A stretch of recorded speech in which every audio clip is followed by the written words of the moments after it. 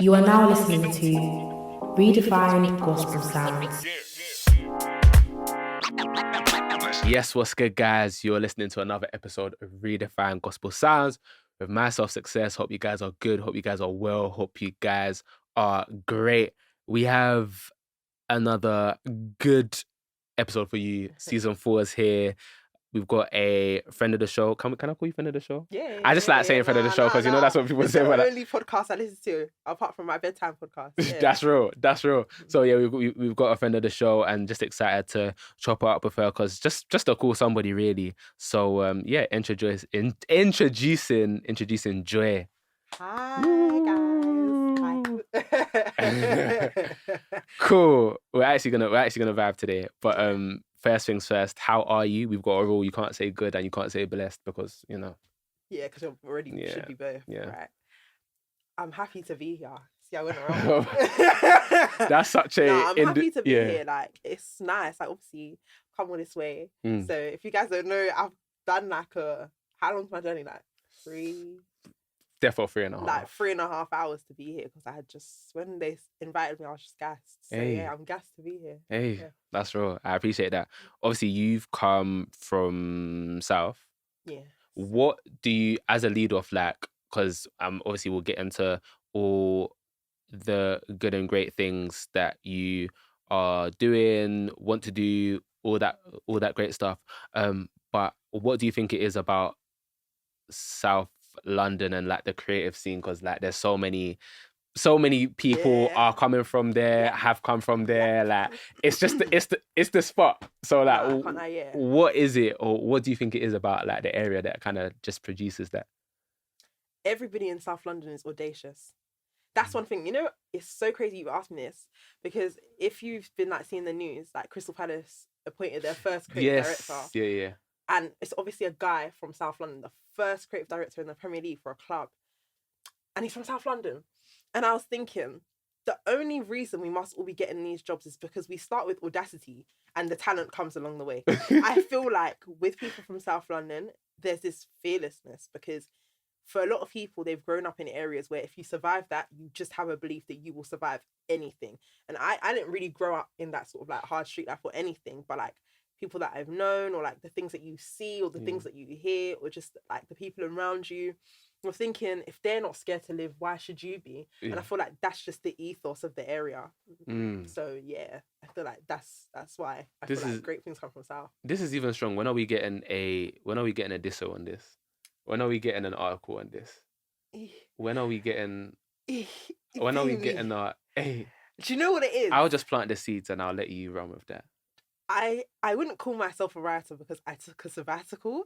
I told you I wanted to be a 3-article writer, right? Yes. And recently I've been thinking I talk too much to be a 3-article writer. Like I need to write more. Yeah. But I don't want to write for writing's sake. I just have a feeling sometimes with like bloggers and stuff, they must get bored because you're just writing to write. There's nothing that pricks you to do something. But actually what you've just said has inspired me. So maybe next week or something you might see that I've typed up a story. Hey, you heard it here first, exclusive. Yeah, I'm going to credit you at the bottom. No, yeah, you heard it here first. It has to be studied though. South London has done some fantastic things. Like even yesterday, like when Stormzy dropped. Listen. Even though like, I saw that Stormzy drop after I went to a talk that Gabriel Moses did. And obviously Gabriel Moses is one of us as well. And he was just talking about how, when he was 18 at night, like he used to release bare things about getting their consent and they would email him and he'd be like, oh, it's out there now. Like, what are you going to do? What are you going to do? And just when you see people from ends, just the way that they go, the way that they do things, I love it. There's some sort of like pride when I see people from South London do something because it's like if you can do it, I can do it. But it's also just so close to home. I love it. You know, that Stormzy thing. Hey, God, that wealth. Do you know what type of party you have to do a music video for your birthday party? Hey. I've never had one of those parties in my life, I promise you. Maybe if somebody that's doing this, somebody's mum that's turning 50 or 60, hey, just... Somebody's auntie that's marrying somebody's uncle. Somebody's auntie come somewhere. Together. Surely, laws of connection. Surely. Isaac Newton. Somebody has to do something because there's actually no way. But I think it's so dope just to see like a community that thrives and is built on itself. Like essentially, like it sounds very much like it sounds very much like but genuinely a community that hasn't had to necessarily outsource from anywhere or had to like ask for favors for people. Like they've just kind of got on and just done it themselves, kind of thing. And it's just that's just what I like the most. I think it's proper serious. I feel like at the same time that we're getting to a point where, okay, cool, when we've never outsourced as an area and as a community, but I think people are trying to outsource us. People are trying to scatter South London, especially if you look at places like Brixton and parts of Lewisham.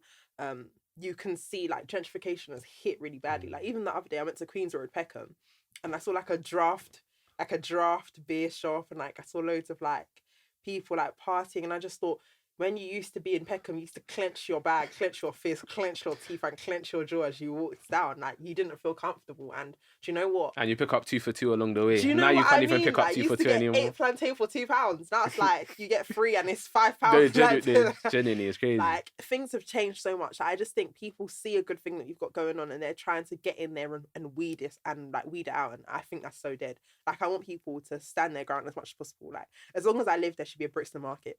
Like, anyone that tries to get rid of those arches in Brixton, they have to get through me first. Hey. No, fair dues. Away from South London and pivoting back to you, what would you hope that people say about you when you're not in the room? Oh, that's such a good question. Oh, that I made them feel something. I feel like that's the goal. I feel like with whatever I do, whatever art I create, that it made you feel something. Because there's so much art these days. I feel like we're in a time where creativity is oversaturated. And so everybody puts out a lot of stuff, but not a lot of stuff sticks. People can do all of these numbers, but I won't remember what you're doing if you disappear. I want to be able to go away from a room for an extended period of time. Let's use the room hypothetically, and feel as though people are still talking about maybe 1 or 2 things I did and how it shaped their lives. Like, I know things that I've seen that have shaped my life, or even just from when I was a teenager, just seeing little bits and bobs of media that to other people it's like, oh, it's not that deep, but to me it's my whole world. Like, someone I always talk about is Tiny Temper, like, and Skepta, but like, let's talk about Tiny. Like, Tiny did Discovery in 2011. I will still tell you that's the best first album that a UK artist ever made, and it's been 12 years. And I know Tiny Temper has moved on with his life. I haven't. You have not moved on. And it's about making something that's so good that no matter how things change around them, and even if it seems outdated, what it's done and the influence that it has cannot be shaken. So I think I'd want people to, when I leave the room, to say her art moves things and it moves people. Quote it, put it on the wall, hang it in the Louvre, and all of that. What does your art look like these days? Got all the questions today. My art used to just be styling. I think my art has broadened because I've realized there is kind of more to me than just fashion. I think that's what I'm learning these days. So my art looks like a meshed form of different arts. To some people, it may eventually look like sports. It might look like football. Who knows? It looks like music a lot of the time. And sometimes it just looks like patterns, culture, and texture. And sometimes it just looks like Black people. Fair. Yeah. That's like, it just looks like Black people. It just looks like Black people. Like Black people from South London. Yeah. Yeah. I rock with that. I do rock with that. We're gonna piece them together. Yeah. Obviously today we don't have a full. If I could get somebody to do the full lens of them, then we would do it. Yeah. But I know that you're a bit about that, so that's fine. But you're very well put together today. Obviously, as per outfit on point. And I know this was even a light thing. Like, I know you know them man. No, my original top got dirty, so I had to throw something else on. You see, I put foundation on it. You know that man that just say, oh, like I just woke up and I just pulled this. Like, genuinely, with her, if she told me that, I believe it. It's the truth. Do you get, like, I believe that kind of thing. It is the truth. But from the kind of fashion perspective, what have been your influences in terms of, putting together looks for yourself? We'll start with yourself, and then we're gonna touch on, I guess, other people. others later on? Two things for me. It's always been derivative of my cultures. So all of them. So the culture I was born into, because a lot of people move to South London. I was born in South London. I was bred in South London. Now I've lived in South London my whole life. So a lot of the culture there starts with like baggy stuff, like tracksuits. Okay, I'm not wearing a tracksuit today, but I'm wearing a track top. It's like cool. It's got like a spin to it. It's a collab, but that's what I've seen immediately. It's always been streetwear. Streetwear is a big like part of kind of how I dress and how I like to like present myself.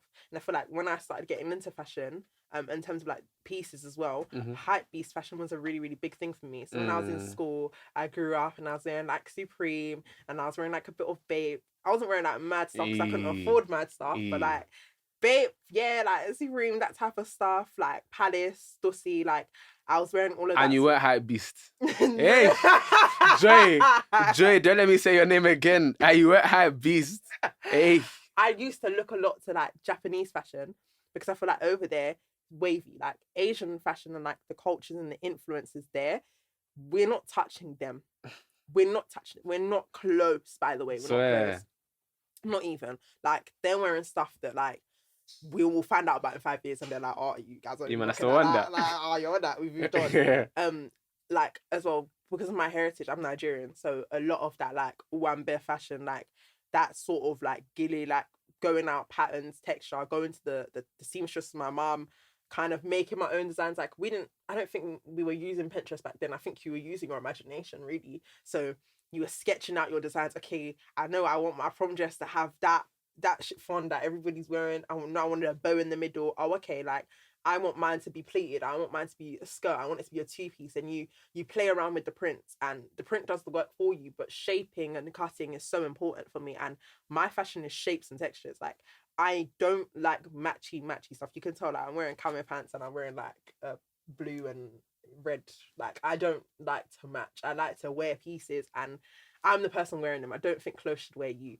So I wear stuff that works with my personality. And I feel like because I'm a bit outgoing, I just try it, and I think sometimes it shouldn't work. It was always gonna work. Someone that's audacious. Yeah, we're learning. It's about audacity. We're taking tips. I think then, what is the difference when it comes to styling yourself and then obviously styling the people that you have styled without doing too much that your clientele, like, you know, it's a bit long.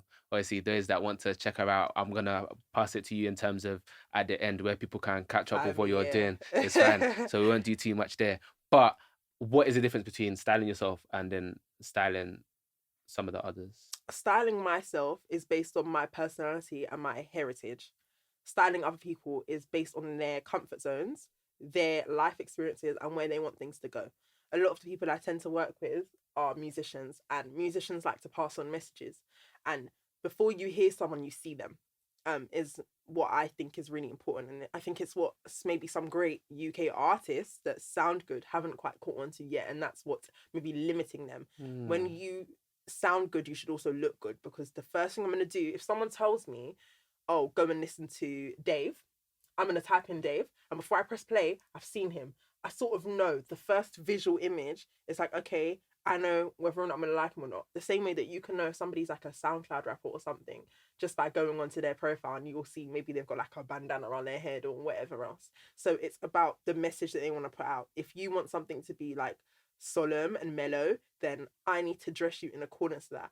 But also, like, some of my clientele, like, they've got different life stories. Like, I've worked with people who have had children, and so their bodies have changed. So there's part of them that's maybe like, okay, I'm a mum. How does that work? So you're navigating people's lives and their stories. And with time, you don't want to dress people, you want to undress them, because you want to work with kind of like all of their traumas and show that in a way that talks about their story without them having to open their mouth. So it's about their life experiences and also like what people are scared of. If someone tells me they're scared of something, that's the first thing I'm putting you in. Like, I have an artist right now that I'm like kind of working with, and she told me she hates the color red. The first thing I did, I found some nice red for her. You're gonna wear red. I don't believe in nose when it comes to fashion. Like, unless it's like too long for you, we'll tailor it. If it's too short for you, we drag it out. Yeah. Like, but there's no's because fashion is so extensive and people should be willing to be bent. Because I feel like fashion is about bending the rules. So yeah. Is there an element of like feeling with not just styling but your art in general, like to how often do you feel something? I don't do anything I don't feel. That's me. I don't send anything until I feel something. And I know when I feel it because I don't have to send it to anybody else for approval. I know you're going to like it because I feel it. I will look at someone and I'll do my homework. Like, I can have never heard your music, but I will look really intensely, maybe at one picture of you, maybe just like, the way I work is weird. I've found apparently it's weird. But I will look at one thing that you do. Like, you might show me like a 5-minute music video and I might be stuck on like 20 seconds of it because I've seen something. And there's this thing that goes on in my head, and I was trying to explain it to somebody yesterday, but I just can't. I can see exactly what you would look good in, and I just have to find whatever that is. But I can see everything in my head.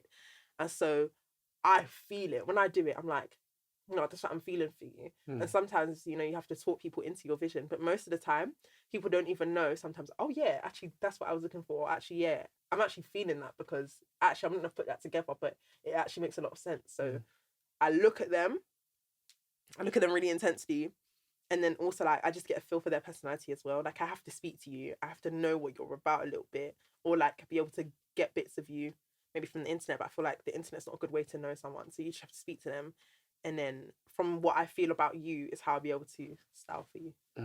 With a lot of people that you're working with, I'm literally just spinning off that because that's actually really interesting. So you just said now like the internet's not a good way to know someone. Yeah. But now when we talk about like the work that you might have done in the past in terms of working with, collaborating with like some of these musicians at like different levels, why is that not a good benchmark to kind of standpoint to know them from, or how do you go about it? Do I go about knowing someone? Knowing them, yeah. Because first of all, a lot of the things you see on social media from artists, especially artists at that grassroots level and in that mid-tier, before you get to like your Stormzy's where you don't need to be on social media, it's controlled. Everything is an image and it's a facade. So a lot of people, even sometimes if they're going through something, they'll give their management their pass and their management is still pushing content. You think it's them. It may not be them. Wow. It's someone else. So that content is not authentic to them. It's not coming from them. Some things are curated because, my management said, I'm pushing this song, so I need 17 different outfits in 17 hours. This needs to get out there. And so things are being mass produced, and there's no finesse to it. So you can't get to know someone on social media, or you can't get to know an artist on social media, apart from if the artist is completely carefree and maybe completely independent of management, of a label, of all of these things. But no one artist will lack all of those things. So you need to be able to speak to somebody off the internet, or, get on the phone with them, or maybe get on private with them and actually suss them out a little bit, because it's really, really, really easy to hold and maintain an image online. For Instagram, it's just a grid, and it's just however you position things in the grid. But actually, you need to get to know. And how I try to get to know people is I like to catch people just in life. Like, I feel like a lot of the people I have worked with, I've met them before we've gotten to work, because I need to know their personality and I need to know if our personality types mesh. Like, obviously there's some people you're going to work with and you're not going to get along with everybody, and they're not going to be like your like perfect cup of tea. But I do like to feel like people will like me more as a stylist or trust me more if they know a little bit about me and just my like nuances and like my sense of humor maybe, and like my personality and just my form of expression. Like, for example, before I worked with Dami, for example, we met and we got along very, very well in person, and we spoke quite extensively before we ever decided that it was going to be a shooting thing. We just talk about crap, like we just talk about anything. And then it was like, oh, like, cool, like, bro, I want to shoot you this, like, what are you telling me? Okay, I like this, all right, cool, this works for me, that don't work for me. And then boom, something happens, it comes of it. But naturally, I'm not going into every encounter when I meet someone thinking that it's going to be something. Sometimes you just experience people and that experience is good enough. Not everything has to be like a business interaction. So yeah.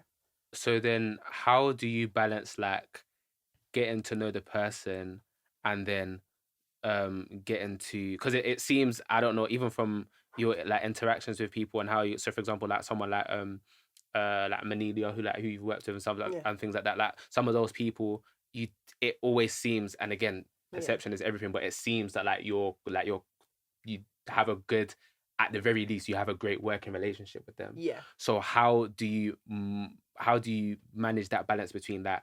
Oh my gosh, like, yes, I need to get this done. Like, and I want to work with them. I want to style them. Da, da, da. And also, like, I see the person too, if that makes sense. Yes. So that's a great example. Like you spoke about Mon, and like with her, when I did first get to know her, it was like I thought, we'd work well together by how I see she talks about her music and like how she speaks in her songs. I feel like a lot of truth about an artist is in their music, an artist with substance anyway, because obviously there are some artists that do make kind of like, I call it like fast food music. It's like you can go, it takes 5 minutes to make, takes 5 minutes to consume, and then you're onto your next meal. Yeah. But with somebody who's making art, you can sort of like work out the layers of them and maybe what they're going through. So with her, like, we just ended up bonding off of the fact that, okay, like, we got along. Like, she's into like star signs and stuff. I'm not really into that. So she's like, oh, like, what? I was like, I'm this. Well, I found out what I was. I didn't know. And she was like, okay, like, my personality types, like, kind of get some with them. But we just had a whole separate relationship off of the back of that. Like, and we spoke about, like, obviously she's got a child, like kind of her encounters, and we're not too far in age as well. Like she's 25, I'm 21, so that's not a huge gap, but we've got a huge gap in terms of our life experiences. So it was kind of like, at first she was giving me gems, but also I think she was kind of stunned because she was like, you're young, but you're not young in terms of your mindset. So we meshed in that way, and then we actually built a friendship before we ever worked together. So she's one of the few people I've worked with that I would consider like, no, like that's a friend of mine. Like I can positively say that. So it was just about knowing her as a person. We went out a couple of times, we spoke on the phone a couple of times, and we knew what each other were like quite well before anything else came. And that's why there was an element of freedom and fun in that, because when someone likes you enough, they trust you enough. And when someone trusts you in fashion, you're in like your sweet spot, because you can do anything, and they just can trust that you will never put them in like too much of a deep end, or you will put them in like a sticky situation, that you're doing it in their best interest. What's the difference between you with me now and the way you are like on set or like creating your art? You know what? I'm not that talkative. I'm assertive, but I'm not that talkative. Really? Yeah. This is not me saying, oh, I think you talk there because but like that's quite interesting. Yeah. So my last shoot, I had a couple of my friends on my set, just for moral support, and I feel like more people should do that. That's really nice. It like if I'm doing something where I'm like, I kind of need someone to gas me, like I will bring my friends on. Like I'll bring a couple of my friends on set. The ones that are not gonna move mad, but they'll just like the ones that are gonna act like they've been there before. Yeah, like I just at least pretend like you've been here. But I'm very like, okay, and I'm silent because I'm plotting. I'm taking the photographer's pictures in my head.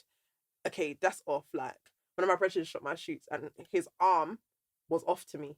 So I'm like, nah. I just stood behind him, and I was like, bro, like it needs to be more to the left and up. Or like, cool, like your leg is hanging too out. Like I direct everything, but I'm not talking, because even though like I always have music on my sets as well, like I have a wide range, but to me it's like I'm in silence because I'm in a different world in my head. So, and it's like no one is there. As much as these people are there and the person is there, it's like it's like the best way to describe it is like I'm in a galaxy in my own head, and there are just different planets, and I'm just bouncing off each of them, and I'm just in that zone.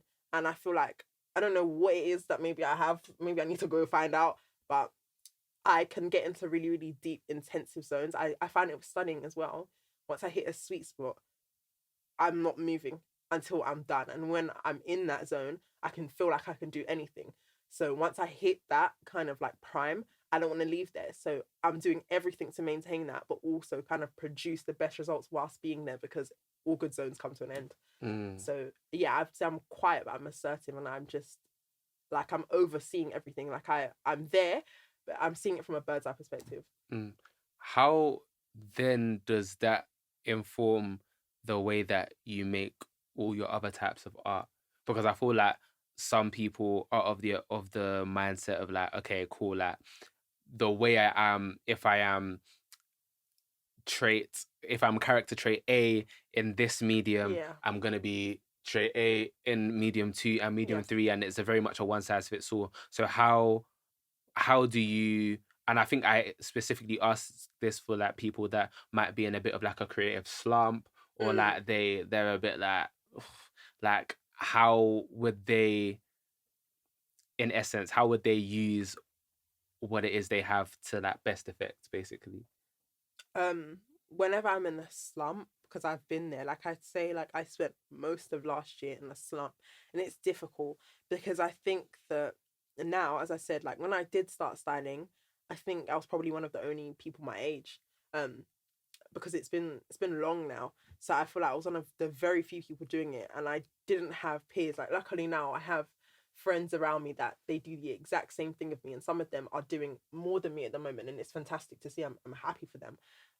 I didn't have that when I started. So all of those slumps and those lows, I was just going through them alone. So I'd say reach out to another creative person for sure. Like anybody's always free to reach out to me. Like sometimes I'm bad with my messages and stuff, but like I'll never see something and ignore it. Like I will always like shout someone back, and like even like people, like if I see that they've got like a styling thing going on, like more time I'll follow it and I'll just show some love underneath it, because it's just like cool. Like I may not like everything I see, but like you're putting yourself out there, and that already will cut through your blip, because just the more you put yourself out there, the more you are going to receive.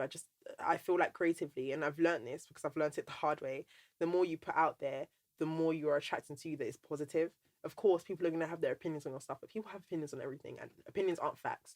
So I'd say that anybody that's like in a slump, you should be working on trying to surround yourself with like-minded people, but also equally break yourself away and take yourself back to your roots. I feel like whenever I'm like personally going through it, I will always take myself back to like my inspiration. So like I will listen to like an album or something that I feel like has changed something for me. Like one album that I always say changed my game personally as a human being. Like obviously I've spoken about Discovery by Tiny, but it's Konnichiwa by Skepta.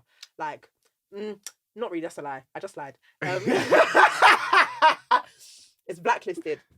Okay. I listened to both, but Blacklisted first. Okay. Because like that's a shift. Like I felt a shift. Konnichiwa had like a shift culturally, but Blacklisted was a Skepta shift. And I feel like from somebody who's creative, he was in a slump prior to that, and his music was like, okay, this is good, but like that's for me like the pinnacle of his art. That's his like turning point. So I go back to other people who I aspire to creatively, and I go, okay, where's the strength in their work? And I find that strength and I go there. But also equally, I pray. If it gets really tough, like I pray, and I have no like qualms about being like, I'm at my lowest right now, God. I don't know where the next thing is coming from. Is this for me still? Because sometimes when you get into that slump, you need to ask yourself, am I in a slump because I'm not working hard, because things aren't coming to me and it's a bad season, or because it's not right for me to still be doing this thing? I need to go on to my next thing. Life works in seasons. Not everything lasts forever. So I have to lock in and I have to find out. Most of the time I'm like, you know what? If you want me to quit, I'm not really that mad, you know. Like I'll move on. Like we'll go to the next thing. And every single time, like God's like, no, like you're doing that job now, or like this is happening. I'm like, Rasa, you don't want me to leave court. Like, I tried to leave the game. I tried. They didn't let me. Like I'm back. Put my boots back on and I lace them up and I go again. So it's just about putting yourself in that spirit. If you're there, maybe getting your friends to pray for you if you're not quite there in your journey. But it's actually about finding your muses. Everybody who aspires to be a muse should have a muse. All your great like musicians, your artists, your footballers, they have someone that they turn to. If you ask Messi will tell you about Maradona. Like if you ask Ronaldo, what's this boy's name, Rashford, he'll tell you about Ronaldo. Like Garnacho. He will tell you Ronaldo. Did you get it? Like you'll see these little kids in the street that we do sue. Like literally. Everybody has their person. Like so go back to that. Maybe watch through their interviews and you go from there. Yeah. And then it's like, and I just want to tie into the theme of like knowing, I think the most important thing, or one of the most important things, which is one of the hardest things simultaneously, is knowing or getting to that hot posture that it's like, okay, God, like, if you don't want me to have X, Y, and Z, it's even fine. But obviously, that is a very, I'm going to say, because for myself, for a lot of things, sometimes that can be a bit sad / scary / like, oh my gosh, God, like, you've put X, Y, Z in me but it was You're only for that taking it, yeah. season. What? It wasn't for like now. Like, what do you want to do, kind of thing? And I think it's that surrender is the word really, but it's like, or the verbiage, but it's like that heart. It's just that heart posture of like, oh my gosh, God, like everything I have, you've given to me. Everything I have Yeah. is yours, kind of thing. Yeah. And it's like, I know people say, and is a very It's a Christian, scary is a very concept. Christian, is a very Christianistic. like, Oh, nothing belongs like to you, everything, belongs to all I God. have, Yeah. everything belongs to God. It's all But his, like yeah. when it comes to the crunch time, like that thing is a bit scary to Right. think about. And I think it's once you've got to that place, or as you begin to get to that place, because I don't think that you'll ever fully, as much as people do say it, I don't think it's very much a journey. Like Yeah. you continuously renew, you continuously renovate your mind, and you go Absolutely. again, and you go again, and you go again. Absolutely. But it's like once, as that process becomes easier, it now becomes easier to say, okay, good, like this is yours. I'm a bit scared, or I'm very scared, but like this is yours, and you kind of go from there. And I think I've found that even in that, I've literally just come up off the back of a crazy slump, like it's like it's just crazy. Welcome back. Don't worry, welcome back. Welcome back. It's given what's it called? Michael Jordan on that cover. I'm back. That magazine cover. 96, No, back. literally, I'm back. Like, and that's how I feel. But yes, no, thank you for that welcome. I appreciate it, because it's actually been way too long. Yeah. But I think in that period, it was very much like, firstly, I had to say, God, like whatever you want me to do, like go. Show me. And I think it was in that time. That was the first time I think majorly that I've actually given that over to God. Like just that whole create, because I'll be real, like I've only taken myself seriously as a creative for like the last like 10 months. I'll be so real. And like, look at all the things you've done. hey, praise him. So it's like, but in that whole time, I think I just brushed it. But this was the first time that I think I've actually given it to God and said, okay, God, like whatever you want, like I want in it, like, because I'm sure it's gonna be better than what I want. So like, sometimes you have to. Oh, I know God is hearing me, but God knows what I'm feeling. I don't know why I'm trying to hide you don't know. But sometimes you have to. You lure it out a little bit, because if you know you have a God-given talent and you've got a God-given knack for something, God's never gonna let you leave it. He'll either switch it up. So either you're using your talent to edify Christ, or you are using your talent in a different way, or the medium is changing. So you lure God out a little bit. It's like, I'm gonna quit. 5, 4, like, like, you know, with kids, it's like, you don't come now, like, like, I'm not a kid. Like, it's that sort of thing. Like, you lure it out a little bit, because when you believe in what you have going, like secretly, even when you're at your lowest and you're in a slump, the reason you're so annoyed is because you believe in the talent you have, but you're just not happy with the opportunities that are matching up with that.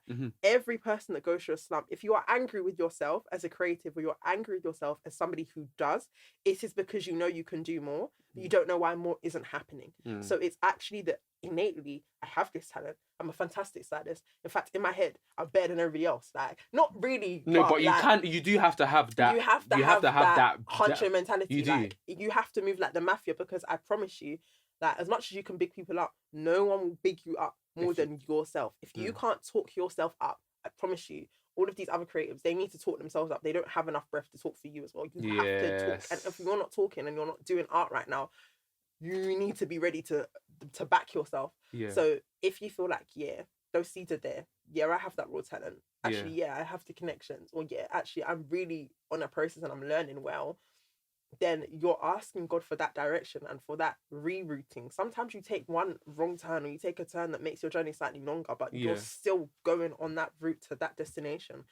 Some people just have more talents than others, and that's all it is. And once you realize, I have that talent, and that talent is only going to grow, you don't lose talent over time. You don't lose the ability to do something. Even as a footballer, like if you gave David Beckham a ball, he'll score a goal.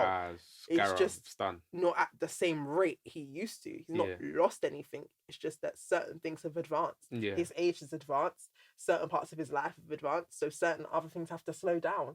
And it's just like creatives, like things change for you. But at the root of it all, when you have that talent, go for it. Like, pray for God to put you back on that path. Be assertive in your prayers, at least, because if you're praying like someone who doesn't really know where they want to go, you're just cool. There's praying for direction. There's like, oh God, wherever you're leading me, wherever it is I'm meant to go, whatever it is that your glory beholds for my life, please show me. But if you know where you want to go and you're like, God, this is what I want for my life, please show me how to make it possible. That's all it has to be. You have to take autonomy over your own life. Like, it's not just, you don't just sit on the train of life and just hope it takes you to the right place. You Yeah. have to actively make sure that you've gotten on the right train. But Yeah. the trains are available. God's put those passages. It's about making sure that you're hopping aboard and you're going in the right direction that you think your life needs to go in. Literally, I think it's very much partnering with God. It's very much about self-belief, and I think self-belief is everything. Like, it's and I'm happy that you touched on it, because I feel like, especially with Christian insert, but I'll just use Christian creatives for kind of what we're talking about here. It's very much, I don't know if it's because of how some people might have been brought up, or how like the church might have, or how certain churches might have taught on like pride and things like that. But sometimes I think it's a bit taboo with sometimes to say, oh my gosh, like like my thing's actually hard, or like my thing. That's why there's so much deflecting. You just say, oh, I like your thing. No, but your thing last week though. I'm trying to be like you though. No, but you though. No, like, sometimes say you're dope and that's it. Like, thank you. Like, learn how to accept. Like, I appreciate it. Like, stay in that moment. It's one of those things. Yeah. Like, I don't know. Anyway, but I think we have to get comfortable with the idea. One of my mentors, Paula Melissa, friend of the show, shout out her. Anything speaking, hosting related, like we catch up and we chat. And one thing that she said to me the other day is, she said, "Oh, success! Like, I love the fact that you have a confidence that isn't arrogance, but it comes from the fact that like you are confident in what God has given you and what He set you out to do." You have a strong personality. I was like, oh, I never saw it. Thank you. I said, oh, I never saw it like that, but safe, innit? Like, thank you. And the more I sat with it and the more I thought about it, the more it made sense. That like I've never given it like the big I am, and because I know I am that I am, he'll humble you. He'll humble you. He actually will. But it's not from that. But it's just that, like, okay, cool. Like, when you know, like, might be a bit wild, but like, I've never had imposter syndrome. Like, I've never felt imposter syndrome. Like, I have. Like, which is, and because it's a common thing, but I've never, because I think, but I don't even think it's because, I don't even think it's for the usual reasons, but I think it's just because it's like, oh, like, God, if you've, I think the way my brain is wired is like, okay, God, like, if you've put this in me and we're partnering together, then like fair, isn't it? Like, I think it's the only emotion that I feel in those moments, whether it's like hosting different events or speaking to different people, I think it's just surprise. Like, oh, like, God, like, you still showing up, huh? Yeah. Like, you still showing up, but I think I've always been confident in that fact that, like, okay, if you trust me to do the job, if you trust me to take that last pen, like, it's going in still. Like, it's actually going in. I'll even stay the keeper in the eyes and I'll still bang the pen. So I think it's that kind of thing. And I think it's something that a lot of people would do well, just to remember, like, it's not a bad thing to be confident in the gifts that God has given you. Like, it's not a bad thing at all. And I think the more that you are affirmed in that, the better it is, I think. I think the more confident you are in your gift, the more able you are to help others. And that's what we don't realise. I feel like I used to be shy about everything, and I still feel like I'm not where I want to be yet. And I think that's really important. I think there's no shame in saying, okay, there have been times I haven't worked half as hard as I should have, and if I worked a bit harder. I was having a conversation with one of my friends, like, on the weekend, we were catching up, and I was saying to her, like, there was a period of my life, and I look back at it and I go, in those 8 months, I could have been ruling the world. Like, if could have been a baller. Do you know what I mean? If you didn't injure your knee, you could have been a baller.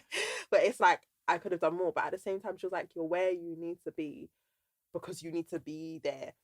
And now that I'm growing in my confidence and I'm growing in my gift, and now that I'm putting myself out there more, now that I'm networking, and I'm just, when thoughts are coming to me, I'm not thinking myself out of them, I'm just doing them.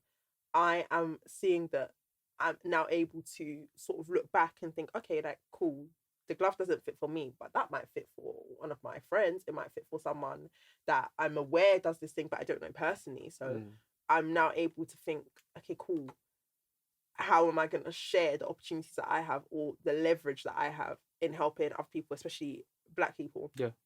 And I think that's the point everybody should want to get to, that you are so secure in something that you can look back and you can think about what you lacked and give that to somebody. Like, if 5 years ago, like, or however long it's been, or like 4 years, I was like, I want to be a stylist, and I had known people that were doing it, like people that are doing it now, could have been crazier.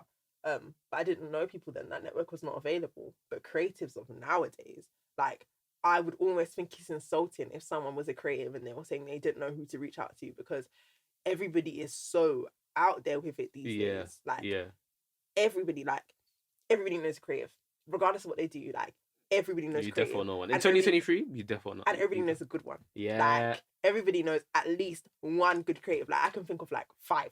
Like, just on the spot, if you just like told me now, like, I could name 5. Yeah. And so, like, someone knows someone. Like, tap into your network. Like, don't be out here with all that confidence and not be sharing it on. Don't be out here with all those gifts that God has given you and not be thinking about how you can share that with other people, or think, okay, I've got this gift but no guidance, and be like, I don't know where to go, because God doesn't come down, but he sends people. So that Instagram that you're using to like pictures, I'm sure if you like hard enough, the algorithm will bring you somebody. TikTok is giving you gems for free. People will be putting hashtag DJ, hashtag stylist, hashtag videographer. You see people with their camcorder doing VHS. You want to be a photographer, you want to be a videographer. When I got my For You page, I'm seeing people doing all of this stuff. Like, please, it's easy these days. Like, it's not easy, but the access is easier. Yes. Well, on Instagram, can we speak about socials, and specifically your own usage of socials? When I was thinking about today's episode, I was just thinking, like, yeah, cool, like, one thing about Joy, like, I was just thinking, yeah, like, she's just very cool, but, like, you're very, like, I was gonna use that word. I was gonna use the word like mythical. Like, what?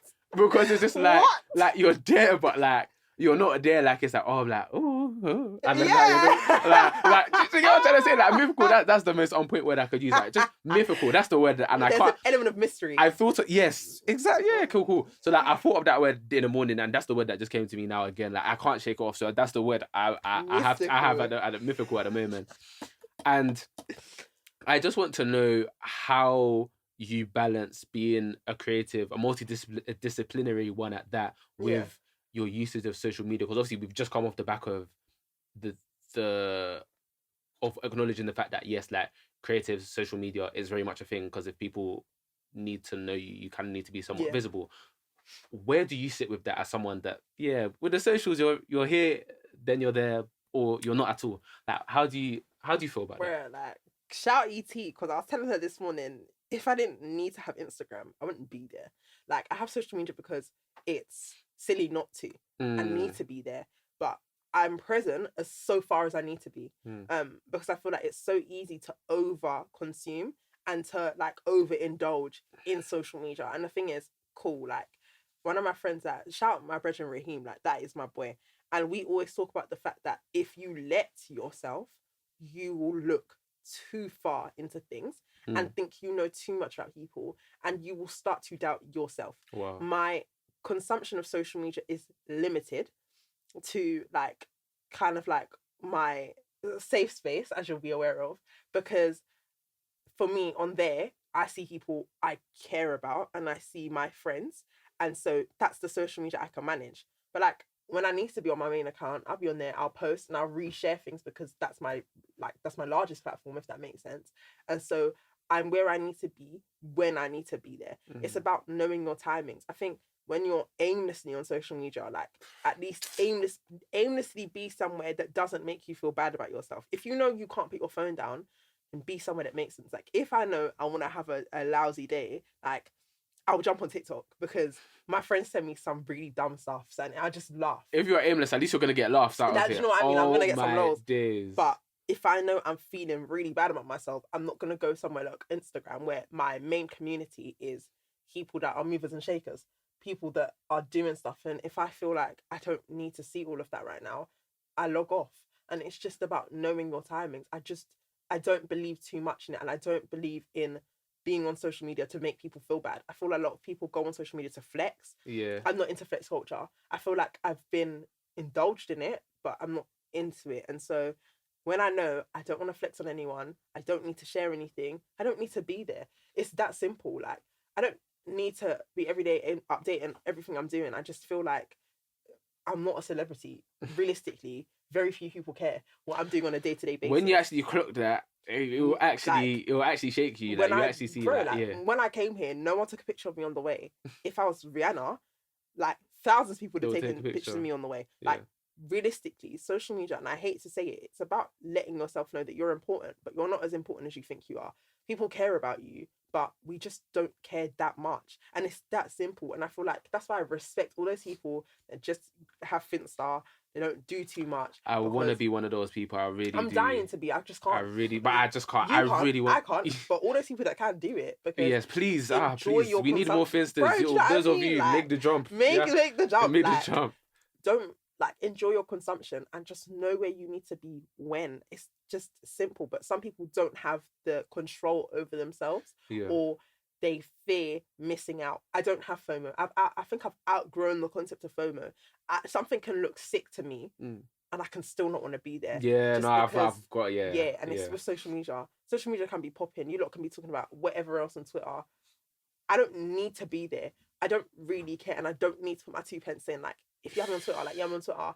I tweet about the things I care about. Most of the tweets I'm talking about, they're not about anything. They're just about things I thought. I'll tweet like, like, you guys, I think I made a tweet the other day, like, yeah, you guys, Scripts Riley, like, you guys, this person, like, oh yeah, Koji. Like, I'm talking about things, you guys are talking about whatever else. Somebody didn't pay for somebody's mum to do something. I'm not bothered. I don't keep up with dialogues. I don't keep up with anybody. I'm just about to keep up with myself. And I'm not really great at keeping up with my friends. So there's no need to keep up with a whole world outside of there that doesn't require me to. Yeah. It's just that simple. I think it's just when you know that, like, because I had a retreat. I was on a retreat Take me with you. last month. I was on a retreat last month. Yeah. Shout out On Mission. Broski in the back, quit with Broski in the back, quit with cameraman. Shouts to Fidelis. And genuinely, obviously, it was in the middle of Wales, nowhere. Yeah, it was in the middle of Wales, middle of nowhere. Mm-hmm. And like, some people did have their phones. Some people did have service. Vodafone didn't grace me with that kind of sorry, Foxy. cost of living.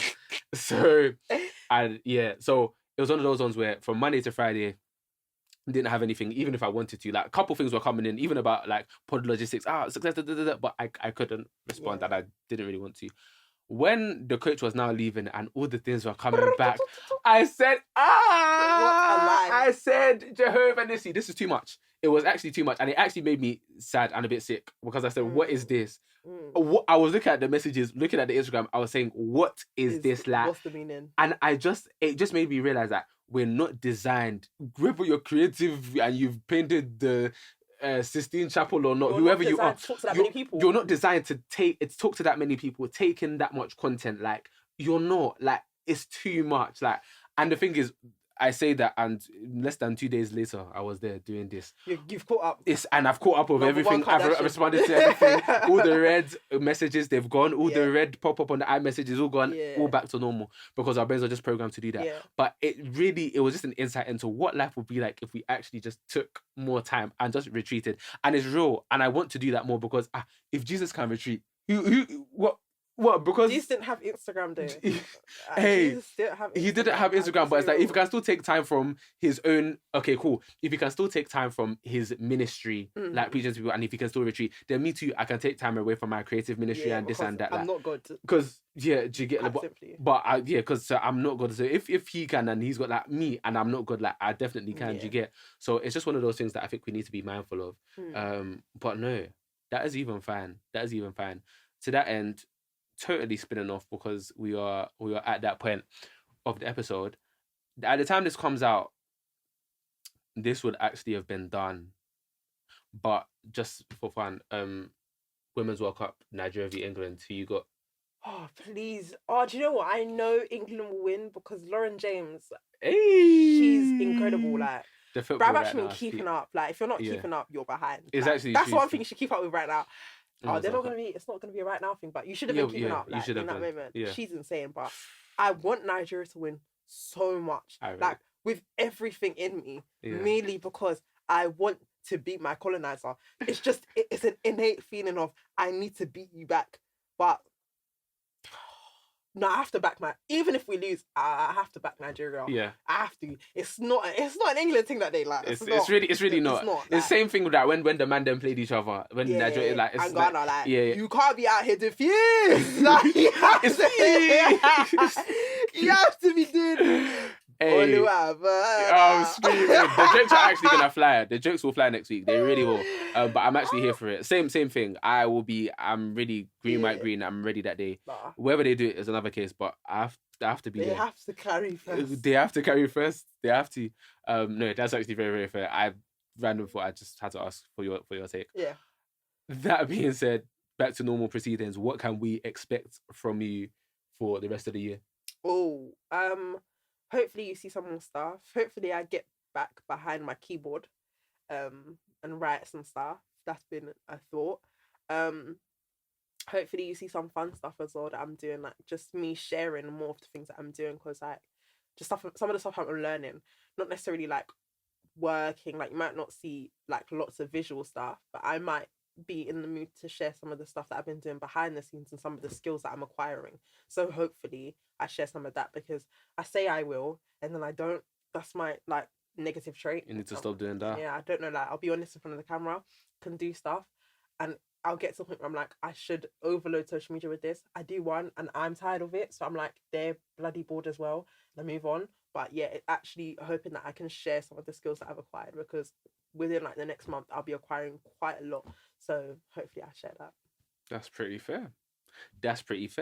Thank you very much as a whole. I think there were some things scattered across the dialogue of South London and creating and social media and football and Garnacho that we got there. We actually got there, and I like it. And we'll do all the bits and bobs after the cameras are cut. But I'm very happy with what you shared today, and I feel like people are gonna take. I say this all the time, but definitely so for this. I think that people are gonna find it refreshing just to hear from someone that's just everywhere and nowhere, like all at once kind of thing. Yeah. Do you know what I'm trying to say? So thank you very much. Thank you for having me. I appreciate that. On that note, lastly, where can people keep up with what you're doing if you want them to? If you do want to find me, then my main Instagram is osojoyce. That's OSOJOYX. Almost spelled my own name wrong. I have a styling page, but I don't really use it, by Joyful. But if you go in my main Instagram, my portfolio is in there, along with my Medium link. If you want to read any of the articles that I have written thus far, there are 3. Hopefully by the time you get here, there might be 4. Maybe 5. Praise him. No, maybe like 4. 5 is desperate. Like... You said there can't be 5, please. Yeah. Is there anything else that I want you to find me on? Not particularly. That's why I asked. Like, not particularly. Yeah. Just find me on Instagram. That's find fair. anywhere else. Cool. That's good. That's it. Thank you. No and problem. then ourselves, you guys know the drill.